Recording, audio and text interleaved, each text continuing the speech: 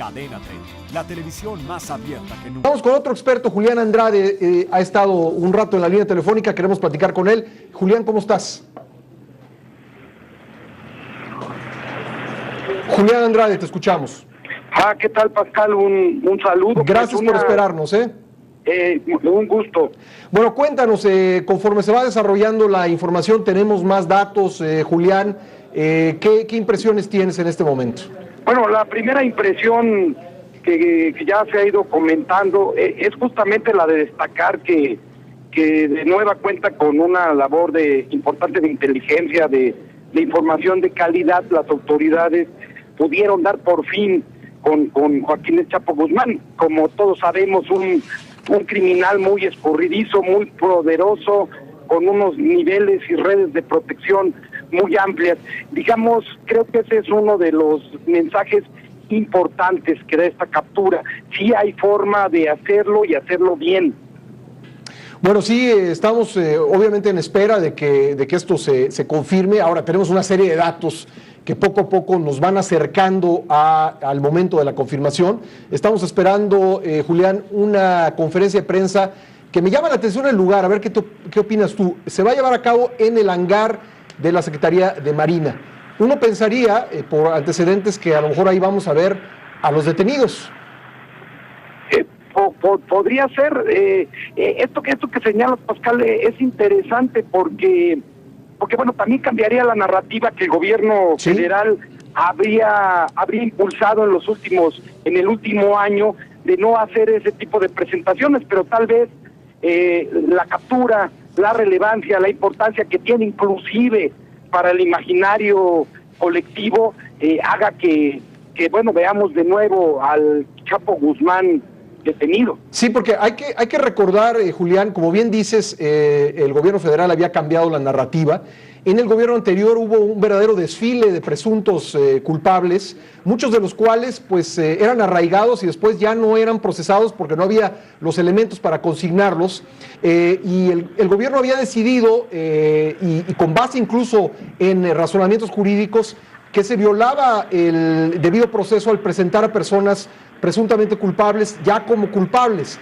Había cambiado esta narrativa, pero a lo mejor estamos a punto de ver materializarse ese cambio. También hay que recordar que cuando fue muerto Heriberto Lascano, líder de los Zetas, pues el cadáver desapareció y no hemos sabido hasta ahora, no hemos podido verlo.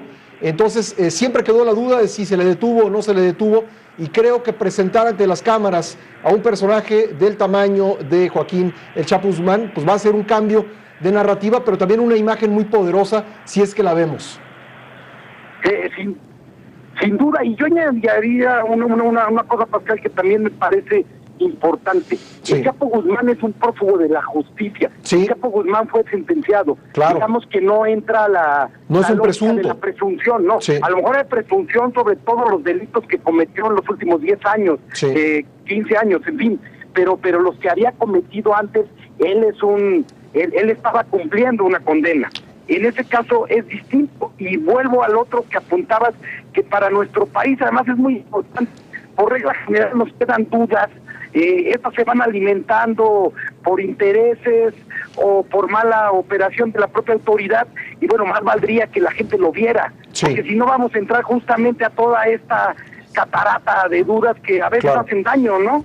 Sí, sin duda, hacen mucho daño. Hemos visto, yo creo que las dos cosas, los dos fenómenos, la exageración en la presentación de presuntos culpables, y aquí recojo nuevamente lo que tú dices. Joaquín El Chapo Guzmán no lo es un hombre ya sentenciado, y es un hombre ya sentenciado quien está cumpliendo sentencia. Seguramente se le agregarían delitos cometidos desde su escape de Puente Grande, pero también hemos visto por el otro lado la creación de mitos en torno a la detención o no detención de personajes. Sí, sin duda, también esta cuestión que se va creando alrededor de personajes de este tamaño es importante, y creo que va a ser importante justamente si lo vemos detenido de la manera adecuada, sin que se violen sus derechos, no tiene por qué violar. También es un mensaje de que, bueno, tarde o temprano las cosas acaban como es de esperar que acaben en un Estado de Derecho. Pues muy bien, Julián Andrade, tú tienes una pregunta. Julián, nuevamente te saluda Talo Mata, buenas tardes. Oye, ¿qué era lo que impedía tu forma de ver anteriormente la captura de este capo, del Chapo Guzmán? Sabemos que, bueno, él se escapó de Puente Grande, pero ¿qué? Pasaron varios años en los que pues la autoridad únicamente y simplemente no podía capturarlo, no lo ubicaba. Mira, creo que la diferencia está justamente en el énfasis en los trabajos de inteligencia sobre los trabajos de contención y de enfrentamiento directo al crimen. Pero creo también, me parece que es importante dejarlo claro, que seríamos injustos al decir que no se hizo nada para capturarlo. Tenemos información de intentos de captura, de grupos creados justamente para dar con él, y que por mala fortuna pues no lo pudieron hacer en el pasado. Yo diría, seamos cautos para atrás. Yo creo que la labor de inteligencia y de información que se va almacenando es un activo del propio gobierno y es probable que se haya utilizado. Digamos que no se parte de cero, un nuevo gobierno nunca parte de cero, pero bueno, sí decir esto que decía yo al principio de la charla con ustedes, es justamente eso, información de calidad e inteligencia la que puede hacer la diferencia. Oye Julián, por último, hablando de mitología o de interpretación en la opinión pública respecto de datos que existen, creo que una interpretación que sin duda habría que recordar en estos momentos es que las operaciones el sexenio pasado pues se concentraban en el cártel del Golfo, en los Zetas, y realmente no había grandes golpes en contra del cártel del Pacífico, cártel de Sinaloa, y esto generó la impresión de que Joaquín El Chapo Guzmán era una especie de delincuente bueno o aliado del gobierno federal en la lucha en contra de otros grupos criminales. En efecto, había justamente esa percepción, diría yo que creo que en parte equivocada por lo siguiente, Pascal. Sí. Recordemos que justamente el cártel de Sinaloa se parte durante el sexenio del presidente Calderón y se parte en buena medida por capturas relevantes. Pensemos en los Beltrán.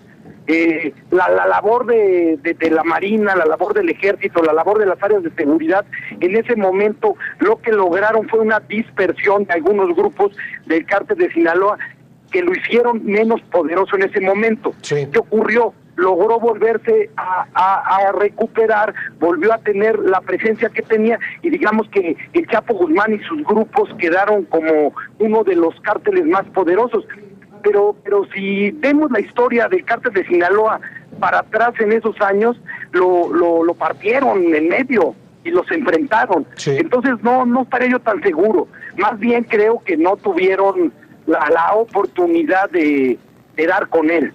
Oye, Julián, el juez cuarto, nos acaba de llegar la información del juez cuarto de distrito en materia de procesos penales federales en el Estado de México, dictó auto de formal prisión a Daniel Fernández Domínguez, recordarás, el Pelacas, ¿no?, considerado presunto colaborador de Joaquín El Chapo Guzmán, lo era. Cierta coincidencia, ¿no? Bueno, coincidencia, no, lo del Pelacas creo que sí lo podemos poner en el asunto de la coincidencia, pero yo añadiría que si hacemos un recuento de las últimas capturas, sobre todo del grupo de las células del Mayo Zambada, vemos que justamente se empezó a hacer un cerco en la cercanía del Chapo Guzmán. Digamos que al detener al jefe de seguridad del Mayo Zambada, lo que se hizo es romper la estructura de seguridad del cártel, porque el Mayo Zambada en gran medida también tiene función de protección del Chapo Guzmán. Entonces, sí, digamos que estas capturas, toda captura de un capo relevante, bueno, proporciona información que con el tiempo conduce a una captura. Bien, Julián Andrade, pues muchas gracias por estos minutos. Te pediría también que nos mantuviéramos en contacto para seguir analizando la información conforme va llegando. Vete a nuestro canal de YouTube para que siempre estés informado de las últimas noticias de México y el mundo. Empieza ahora mismo dándole clic a estos videos.